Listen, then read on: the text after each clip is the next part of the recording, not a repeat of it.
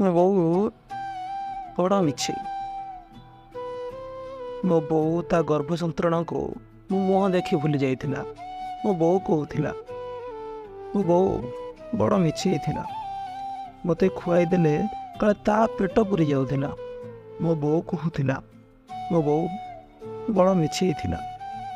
ବାପାଙ୍କ 60 ଟଙ୍କା ଦରମାରେ ବୋଉ 6 କୋଟିର ସ୍ୱପ୍ନ ଦେଖୁଥିଲା।